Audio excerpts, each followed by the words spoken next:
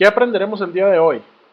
Continuamos con nuestro cuarto video de análisis de datos experimentales y retomaremos el tema de diseño de experimentos. Aquí en diseño experimental es en el tema donde nos quedamos y veremos los tres rasgos o factores que cumplen los diseños experimentales. Aquí el 1 sería la selección aleatoria de las unidades experimentales. Como segundo tenemos el número de las repeticiones. Esto permite que la cuantificación del error experimental. El 3, el control de las condiciones. Esto ayuda a la reducción del error experimental.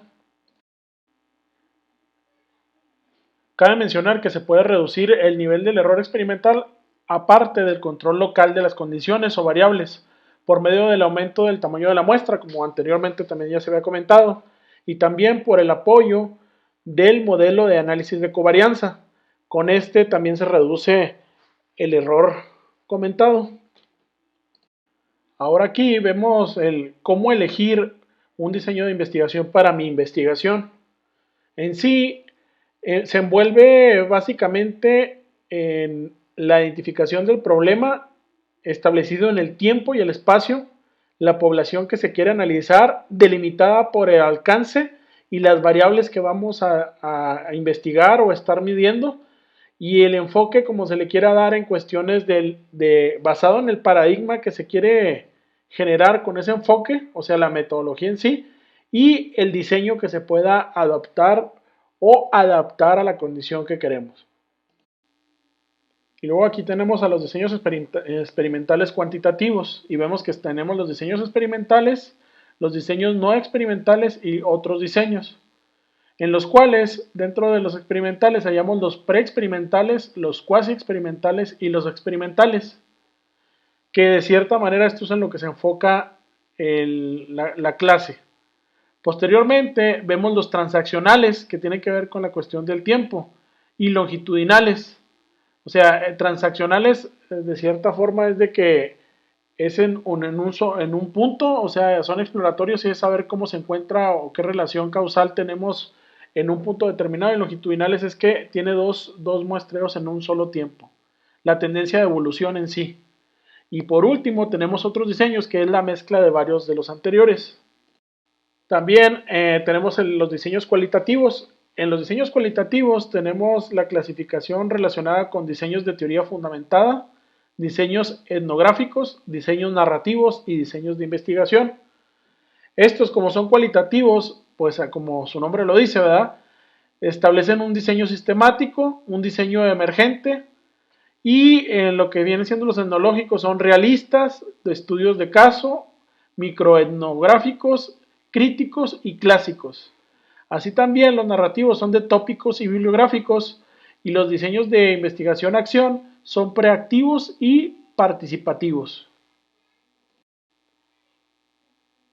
Ahora tenemos a los mixtos. Estos mixtos tienen, o a los que se clasifican dentro de los mixtos, son los exploratorios secuenciales, explicativos secuenciales, transformativos secuenciales, triangulación concurrente, anidado concurrente de modelo dominante y anidado concurrente de varios niveles.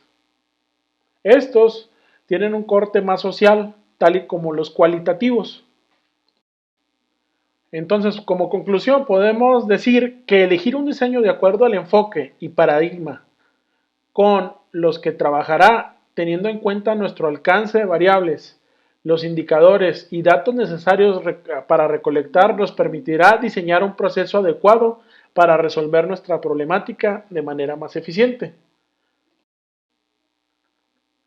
A continuación se muestra el esquema que se vio en uno de los videos que fueron enviados, donde nos habla que los diseños experimentales se enfocan en la parte explicativa, donde está la experimentación y la observación, pero a la vez buscan la intervención y el manejo de variables para poder caracterizar de mejor manera a la población. Asimismo, se presenta el esquema donde se muestra la variable categórica, que son los tratamientos, la variable o el control fijo, que se vuelven los bloques, y el control aleatorio, que son las covariables. Y como parte de implementar esto en la unidad experimental, se tiene, como se conoce, la variable respuesta, que la vemos aquí del lado derecho. Entonces, las diversas combinaciones de estos cuatro elementos forman el análisis causal por medio de factores y a continuación podemos ver un cuadro donde se listan los diversos experimentos mostrando su nombre, rasgos, ventajas y eficiencias de los experimentos mayormente utilizados tanto en las ciencias sociales, en la ingeniería, como en las ciencias naturales. Comenzamos con el diseño completamente al azar, con cero gradiente de variabilidad. Este es fácil de diseñar, fácil de analizar, tiene diferentes números de repeticiones y tiene un máximo de grados de libertad para el error. Es 100% de eficiencia. El diseño de bloques al azar con un gradiente de variabilidad reduce la varianza del error, facilita analizar, es más flexible y más preciso. Tiene 167% de eficiencia. El diseño de cuadro latino con dos gradientes de variabilidad reduce las varianzas del error, facilita el análisis, es más flexible y más preciso, con una efectividad de 222%. Continuamos con los diseños factoriales, que son asignados al azar, y parcelas divididas sin asignación al azar de las unidades experimentales a unidad de muestra. ¿Sí? Más de un factor, más económicos y permiten medir las interacciones. Y tiene un 288%. Aquí es importante comentar que los anteriores, en conjunto con los primeros de estos, que son el diseño factorial como tal, tienen 15 combinaciones. Son 15 combinaciones de acuerdo al diagrama inicial que vimos de la pirámide en lo que viene siendo tipo de diseños exploratorios. Hasta aquí son los diseños univariados y continuaremos con los diseños multivariados cuando se utiliza un gran número de variables. Tenemos para este caso el análisis de componentes principales, que provee la ordenación y el perfil de las jerarquías. El análisis de factor reduce el número de variables para el análisis. El análisis discriminante agrupa en base a las diferencias, más riguroso con los supuestos de la normalidad. Análisis cluster agrupa en base a similitud, más robusto con los supuestos de la normalidad. Esto se utiliza mucho en sistemas de información geográfica para crear clusters.